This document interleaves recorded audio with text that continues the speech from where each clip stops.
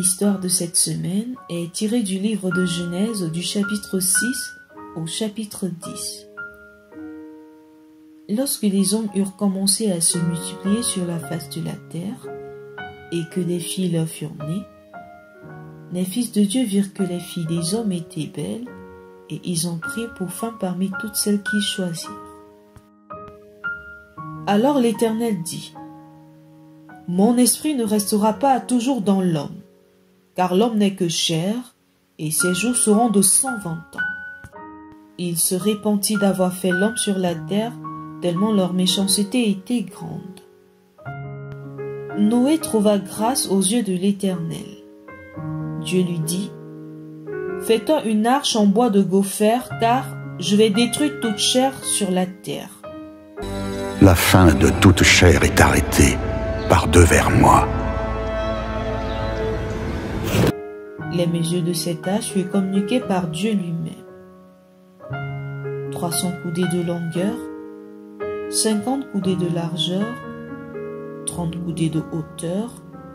Elle aura une fenêtre d'une coudée, ainsi qu'une porte sur le côté. Aussi, tu construiras un étage inférieur, un second et un troisième. Tout ce qui est sur la terre périra, car je vais faire venir le déluge d'eau. Dieu établit une alliance avec Noé. Ses fils, Sem, Cham et Japheth et leurs familles entrèrent dans l'arche.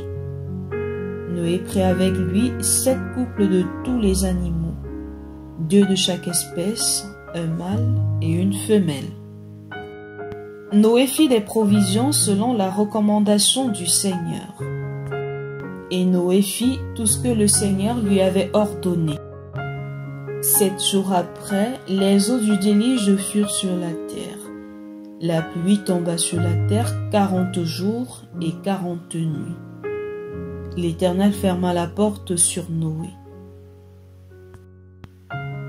Tout ce qui se mouvait, tout ce qui respirait mourut, car les eaux furent sur la terre pendant 150 jours. Il ne resta sur la terre que Noé et tout ce qui était dans l'arche. Les eaux diminuèrent au bout de 150 jours. L'arche s'arrêta sur la montagne d'Ararat. Noé ouvrit la fenêtre au bout de 40 jours et lâcha le corbeau qui s'en alla. Il lâcha la colombe et elle revint à lui, car ne trouva aucun endroit où poser ses pieds. Lorsqu'il lâcha de nouveau la colombe, elle revint avec une feuille d'olivier. La 3e fois, la colombe ne revint plus à lui, car les eaux avaient séché. Noé sortit de l'arche et fit un holocauste à l'Éternel. Je ne frapperai plus tout ce qui est vivant, et je ne détruirai plus la terre par les eaux, dit l'Éternel. Voici, j'établis mon alliance avec vous et avec votre postérité, après vous, avec vous tous.